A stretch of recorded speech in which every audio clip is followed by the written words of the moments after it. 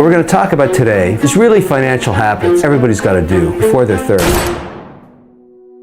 You gotta stop buying crap that you don't need. And there's a reason for this. Everybody is programmed, society programs you, advertisers program you, everybody's programming you to spend money. That's how the whole society works. That's what capital is all about. I mean, you know, the whole idea of consumer goods and services, that you need more of this stuff, that you go into credit to buy this stuff. One of the biggest spending items is clothing. You buy so much crap you don't need, and it just sits in the closet for years until you give it to somebody for free. You wasted that dough. When I say that, it's because if you take that money and you basically don't save it, saving makes you nothing because you get paid nothing in a bank, you invest it. You're taking this money that you didn't waste by buying another pair of jeans, another pair of sneakers, a $5 coffee, no, I've said that before, that's a total waste of dough. You start saving like $5 a day, $10 a day, $50 a week. You'd be amazed over your career how much that's worth as it compounds at 6, 7, 8% a year. So that's number one. You absolutely have to be very careful about that. Now, before you get this going, what you want to do is pay off your credit card debt. I can't tell you how you get screwed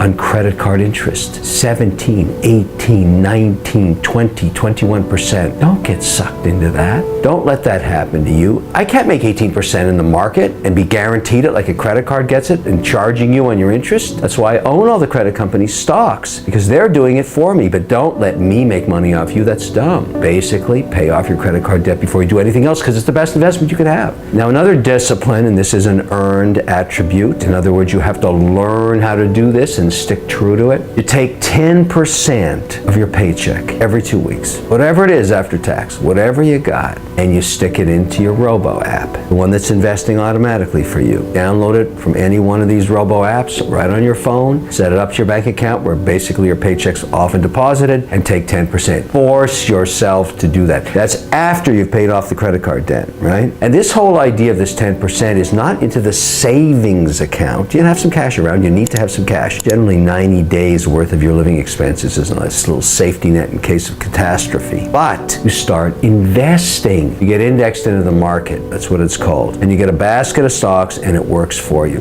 Really, really important. These are not complicated things to do. It's the discipline of doing them that's so hard. Saving 10% every week, once you get in the groove and you start to watch how your money grows right on your phone, that's interesting. Really interesting. Paying off your credit card debt, painful but very important because you know you're getting screwed. Let's talk a little bit about investing in yourself. What does that mean? This might be something that you're reluctant to do, but like they say, you gotta spend money to make money. It's true. Well, you have to invest in yourself. There's a lot of benefits to investing in yourself, as well as many potential ways to invest in yourself. That's true. Do you have a skill you need to learn, maybe improve or master? The difference investing in the right tools or classes can make this huge. In other words, you go to school for yourself, find something you like to do. Maybe it's going to be a side hustle, maybe it's something you do at night, but you'll learn about it. Right now, you could do digital marketing. That's pretty hot in the economy right now because Digital 2.0 is sweeping the nation. All these companies, big and small, are trying to figure out how to sell direct to consumers. Well, those skill sets are understand the algorithms in social media,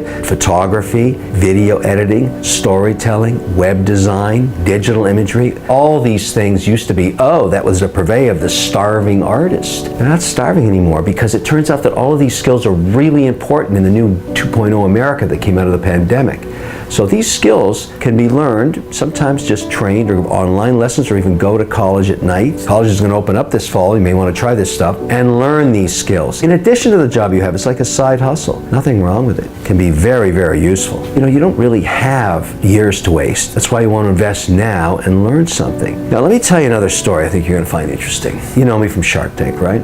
I've been doing it for 13 years. When those people come in the Shark Tank, they're standing right in front of me. And what you don't know is that at the beginning of their pitch, we've got a jib, like a camera that flies in from the sky on this. And there's also a guy on what's called a Steadicam, which is a camera attached to his body. That jib shot and that Steadicam shot are the setup to the whole presentation. They haven't said a word yet. And the floor director says to them, don't say anything. Just stand there while we get these shots. Sometimes it takes a minute. Sometimes it takes 2 minutes. Let me tell you what I do. I'm right in front of them sitting in that chair. You know, I'm like this.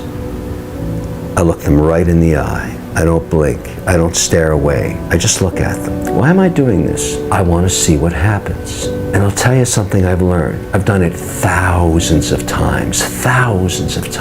I can tell right there from the aura, the vibe. You haven't even said a word yet. And I know right there if you're a winner or a loser. And I'm never wrong. You haven't even said a word yet in your pitch. And I know whether you're going to walk out of there with $1 million or something or nothing. How do I do that? It's in the eyes. How do you project confidence? It's how you look and how you feel and how you project it right out of your eyes. You only get one chance in your life to make a first impression, and you have to elude confidence, even though you're nervous. Sure, you're in the Shark Tank for the first time, you're probably sweating bullets, but you want to elude confidence. You want to look me right back in the eye, stare right back, and basically say to me with your eyes, I'm ready to rumble. You want to rock?